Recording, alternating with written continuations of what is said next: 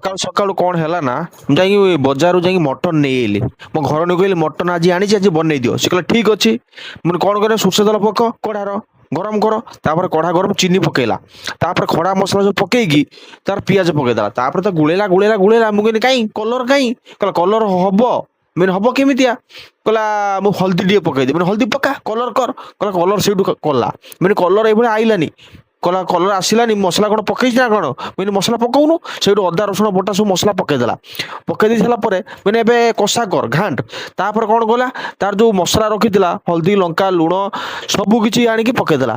ପକେଇ ଦେଇ ପୁରା ଘଷିଲା ଘଷିଲା ଘଷିଲା ଘଷିଲା କଷିଲା ପୁରା ଏକଦମ ପାଣି ପକେଇକି ତାକୁ ପୁରା ଏକଦମ ମଖନ ଟାଇପ ର କରିଦେଲା। ମାନେ ଠିକ ଅଛି ଏବେ କଣ କରିବୁ ନେକ୍ସଟ ଆଇଟମ ନା ଏବେ ମୁଁ ଏବେ କଷା କରିବି। ମାନେ କଷା କର ତାହେଲେ।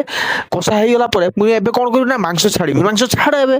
ମାଂସ ଛାଡିକି ମୁଁ ମାଂସ ଛାଡ଼ିଲୁ ଛାଡ଼ିଲୁ କିନ୍ତୁ କଷିବୁ ନହେଲେ ଭଲ ଟେଷ୍ଟ ଆସିବନି। କହିଲା ଠିକ ଅଛି। ସେଇଠୁ ମାଂସ ସିଏ କଷିଲା। ମୁଁ ଠିକ ଅଛି ମାଂସ ଯଦି କଷୁଛୁ କିନ୍ତୁ ଟେଷ୍ଟ ପୁରା ଟେକ୍ସଚର ନମ୍ବର ୱାନ ଆସିବା ଦରକାର। କହିଲା ତମେ ଖାଇଲେ ତମେ ଜାଣିପାରିବ। ଠିକ ଅଛି ମୁଁ ବସିନି ତୁ କଷ। ସେଇଠୁ ସେ କଷିଲା।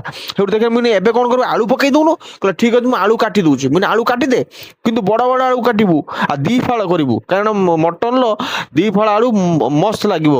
ମାନେ ଠିକ ଅଛି ସେଇଠୁ ଆଳୁ କାଟିଦେଲା। ମୁଁ ଏବେ ଆଳୁ କାଟି କଣ କରିବୁ ନା ଏବେ ଆଳୁ ପକେଇଦେମି। ମୁଁ ଠିକ ଅଛି ଆଳୁ ପକ୍କା ତର।